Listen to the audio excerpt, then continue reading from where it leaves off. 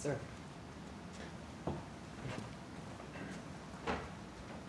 happy Father's Day to everyone here, inside and outside. All of us, all of you in our viewing area. Steve, hit it. So yes, it's Father's Day Sunday, but our message for the month is abundance is everywhere. So I thought this would be a perfect song for such an occasion.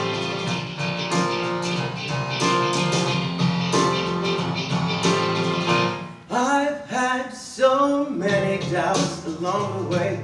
Felt like life was just another bill to pay, without anything to show. But now I figured out that every day my fortune's always found within my faith. And all I need is to let it flow, 'cause there's no wall around me, only fear has truly bound me. And all I need is trust and I am free. Yeah, I'm sitting on a gold mine. I'm sitting on a gold mine. My treasure has been right here all the time. I'm sitting on a gold mine.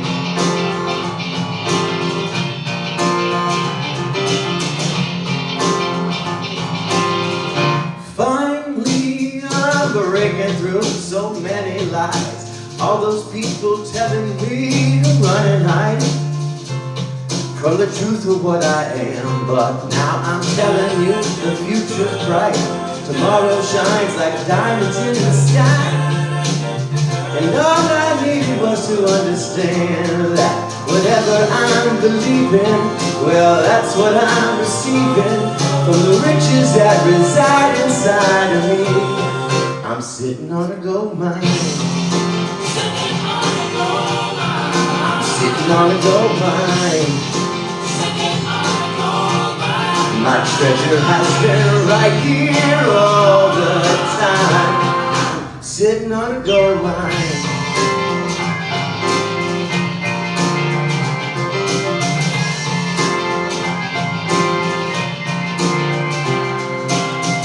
So don't you listen, never listen to the voice that says you better play it safe, that says you don't have any choice.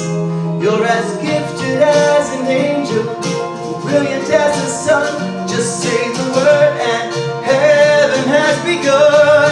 We're sitting on a gold mine. Sitting on a gold mine. We're sitting on a gold mine. Sitting on a gold mine. Our treasure has been right here all the time. I'm sitting on a gold mine. Alright, yeah, we're sitting on a gold mine. We're sitting on a gold mine. We're sitting on a gold mine. Thanks, y'all.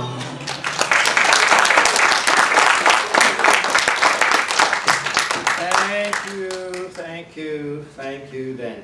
Thank you. Are we indeed sitting on a gold mine? Yes. Indeed. And this morning, we have an opportunity to experience the gold mine of two men.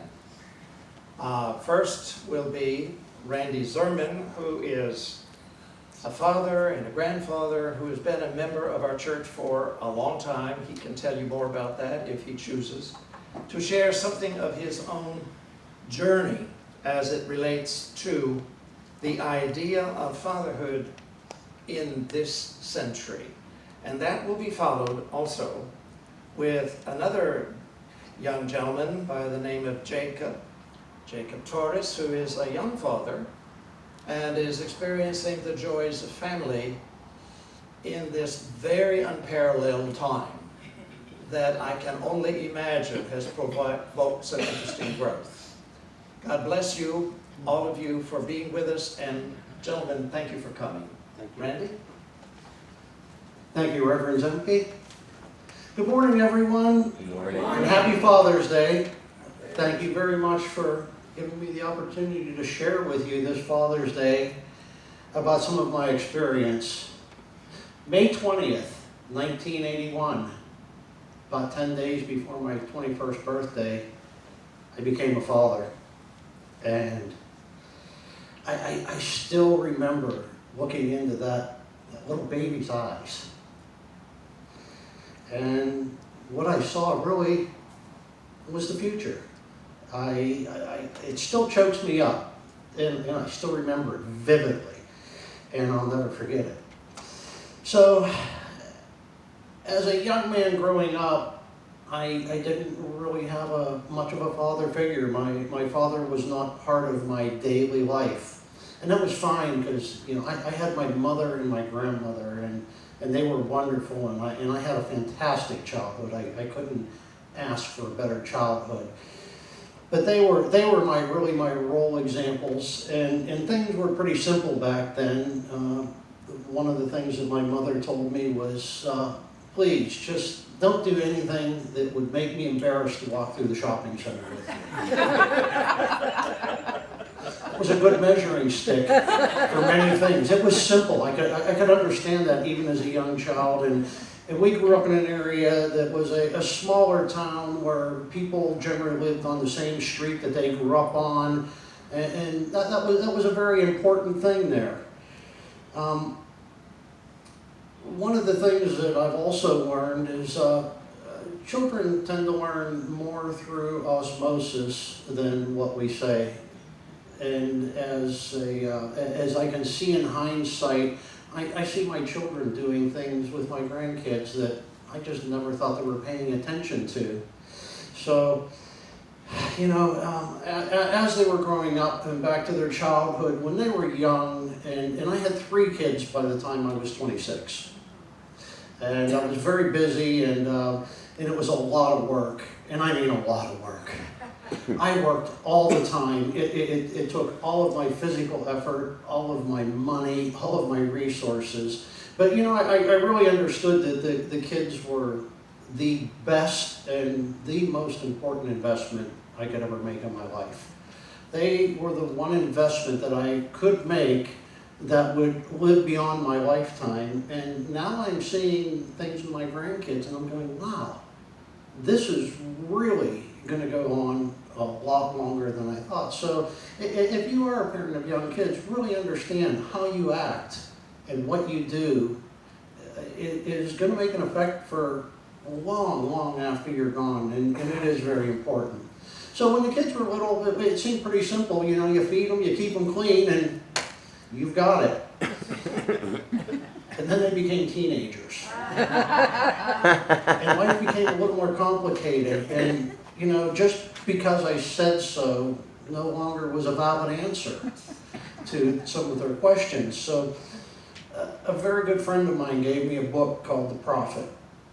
And I'm just going to read you one little verse out of this. And I think it was really very important. And it was probably my new measuring stick for what I did. And this is on children, of course. Your children are not your children.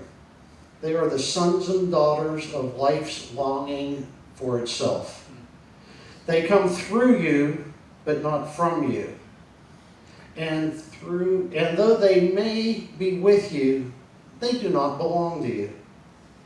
You may give them your love, but not your thoughts, for they have their own thoughts.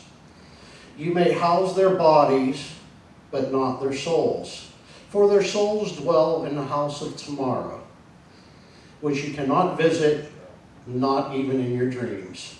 You may strive to be like them, but seek not to make them like you. For life goes not backward, nor tarries with yesterday. You are the bows from which your children, as living arrows, are sent forth. The archer seeks the mark upon the path of the Infinite, and he bends with all of his might, that his arrows may go swift and far. Let your bending in the archer's hand be for gladness, for even as he loves the arrow that flies, he also loves the bow that is stable. This passage really changed a lot of the way I viewed things as my kids were teenagers. in hindsight, seeing maybe what a lot of other parents did and the way they raised their kids, I think I made a good choice. I always believed in letting my kids be who they are, do what they felt. I allowed them to make mistakes, and I made them dig themselves out of their own mistakes. I have seen many parents that, in the name of being a good parent and doing the very best they could, did everything that they could for their children. And I urge you, don't do that. Don't do that. Let your kids make mistakes. Let them learn from them. And that, in my opinion, really seems to be the thing that makes them evolve into really good people. I'm very proud of my kids. They're all useful members of society. They are all doing better than I did at their age, and that really does make me happy. So I say really, spend the time with your kids, not the money. It's you can buy the kids stuff, and as the more that you buy them, the less important it becomes. But the time that you spend with them is what is really going to matter, and it really does pay off in the long run. Because if you don't, you're going to have your hands full, and things are going to be very difficult, because being a parent really never does end. Right now, I think probably one of the things that I believe that is important to my kids is they feel they can depend on me. They know that whatever it is, if they really need Dad, they can call Dad. Dad will drop what he's doing and come and help, or give them good sound advice, but probably not write a big check. They're going to have to swing that one out on their own. And I think that that's better. And so, if anybody asked me to define myself, I've always said, well, I'm a father. Forefront most, because that is the one thing that I've invested the most into doing in my life, and I've really felt the most important ever since that morning, May 20th, 1981, that I looked into that little girl's eyes. And it's really as if I could see my future at that moment, and I am. Nothing could have made me happier. So thank you once again for sharing Father's Day. It's been a pleasure, and we'll see you again next year probably. Reverend Zemke.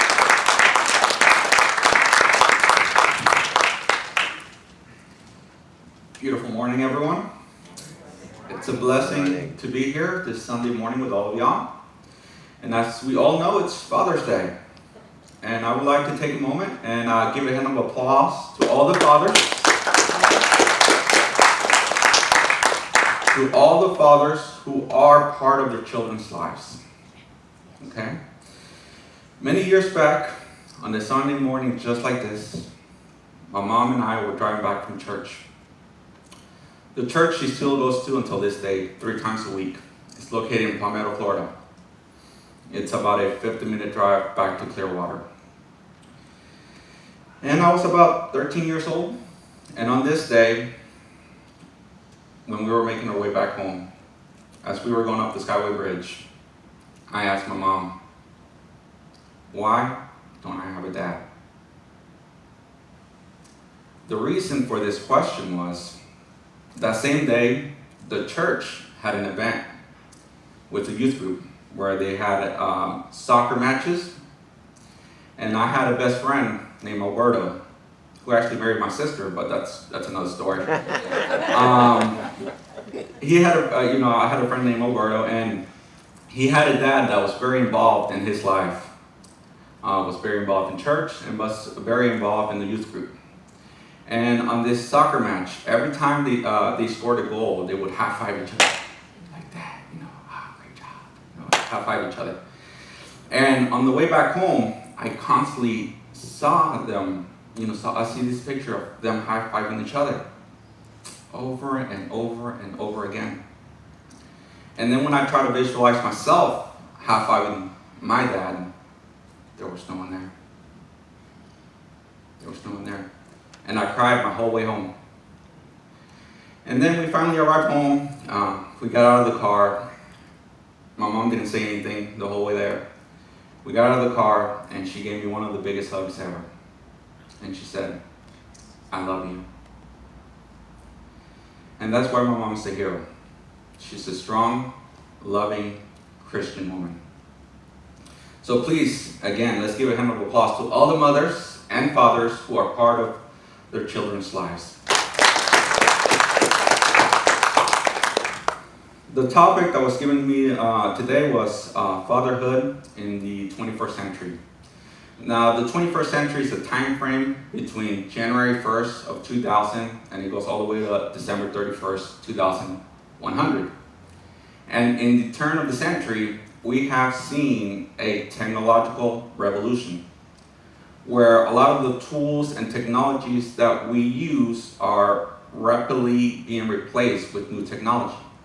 For example, many years ago, you would have a family that would grow corn, and you will have another family that would make some sort of arrows for hunting. And let's say this family needed arrows for hunting, and this family needed corn to feed their animals. They would exchange goods. Well, many years went by, and now we have little stores and currency that we can exchange. Many years went by again. Now we have Publix, Walmarts, Home Depots. A couple years went by again, and now we have something called Amazon. In the last 30 days, I have made 4 different purchases. I bought a pair of shoes, I bought headphones, I bought knee pads because I go bike riding, and I bought a case for my cell phone. Never left the house. It arrived at my front door. Another great technology. When we first came to the United States, the majority of my family was in Mexico City, and it was hard to stay connected. There was hundreds and hundreds of miles between us. And I remember sometime in 8th grade and 9th grade, something was introduced to everyone. It's called Facebook. And now, as long as you have a profile, you can send a friend request and you can communicate with someone in China. I communicate with all my cousins in Mexico. They're all over Mexico. They're all over Texas, Georgia, and I know what's going on. One of my cousins just went to Washington, D.C. It's doing some work down there, and I'm able to know this. It's nice. Another example, I'm going to give you about technology. You don't know something? What does everybody tell you? Google it. Google it. You want to learn how to make green Mexican enchiladas? Google it. Technology is amazing. And technology has made things easier and long distance non-existent. But what technology has not changed is the foundation of what it means to be a father. And I want to let everybody know that there is no such thing as a perfect father. So with that in mind, I want you to visualize a cup, a clear cup, and I want you to take, there's 2 of them, and I want you to take water and pour them into each cup, okay? And that water represents the mind of a child, clear and pure. Let's take one of the cups and fill it with hate, anger, ignorance, hostility, impatience. At the end, will you still have a clear cup of water? No. Or will you have a dark, muddy water? Let's take the second cup. Let's fill it with love, happiness, understanding, patience. At the end, will you have a clear cup of water, pure? Or will you have a dark, muddy water? I think you know the answers to those questions. I want to speak briefly about the power of the word and belief. I heard a story from Earl Nightingale, who was given a self-improvement class in a prison. Many years back, there was this great baseball player that many of you may have heard of before. He had a dad who believed in him. Every time this baseball player, when he was little and threw a curveball, his dad used to say, with that curveball and a little bit of practice, you're going to be one of the best players ever. He will grab the ball again and throw a fastball. And his dad would say, with that arm and a little bit of practice, you're going to be one of the best baseball players ever. Time went by, and he did become one of the best baseball players in the world. When Earl Nightingale finished that story, a black male from the farthest corner of the prison walked up to him and told him, when I was little, my parents used to tell me that I was a no good for nothing, and I will end up in prison. And here I am. What are you telling your children? What harm are you causing with the words that you use? As many of you may know, I have two beautiful girls. And I will sit them in my lap, and I will look them right into their eyes. And as soon as I get a warm feeling in my chest, I will keep looking into their eyes until I feel I'm looking into their souls. And I will pause for a moment there. And I will tell them, you are beautiful. You are loving. You are caring. You are smart. You are amazing. And your dad loves you. And then they will give me one of the biggest and strongest hugs, and then we'll get out of my lap with a big smile and go on with their lives. Sometimes, I just randomly, ask my daughters, why are you so beautiful? And they will tell me, because I'm your princess. And I'll let some time go by, let them play, do what little kids do. And I will ask them again, why are you so smart? And they will smile. And they will say, Daddy, because I'm your princess. They are my beautiful princesses, and I love them. As a father and a mother, you have a decision to make. You either teach your children to love or hate, to be understanding or ignorant, to be caring or cruel, to be patient or impatient. As a parent, you have a choice to make, and your choice will have a lifetime effect in your children. Thank you. Thank you.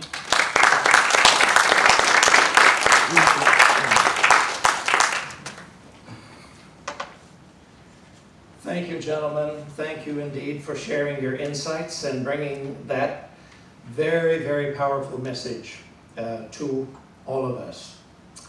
And now, I would like to ask Daniel to close our service with the words, I am so blessed, and Daniel will direct it. Thank you. And thank you all for being with us. We'll greet you afterwards. So in this day and age of ever-changing COVID-19 rules and regulations, as I sing this song for you today, I want you to sit there in your chair and either have a reflective moment on your personal space and the things that you're thankful for, or hum along with me. But either way, I hope you take this moment to find those things that you can truly appreciate in your life, and try to do that every day.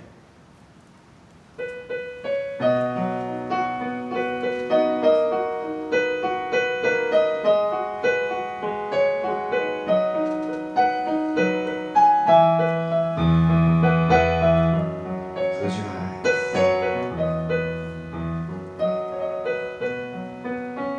I am so blessed. I am so blessed. I am so grateful for all that I have. I am so blessed. I am so blessed. I am so grateful. I am so blessed. I am so blessed. I am so blessed. I am so grateful for all that I have.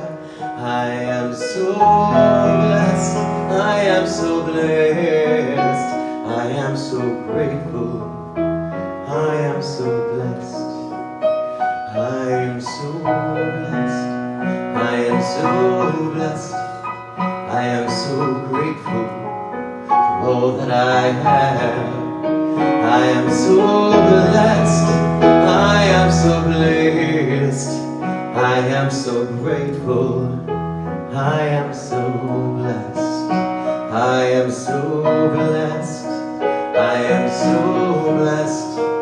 I am so grateful for all that I have. I am so blessed. I am so blessed. I am so grateful. I am so blessed. I am so blessed. I am so blessed. I am so grateful for all that I have. I am so blessed. I am so blessed. I am so grateful. I am so blessed. I am so grateful. I am so blessed. Once again, happy Father's Day. Have a lovely weekend. We'll see you next week.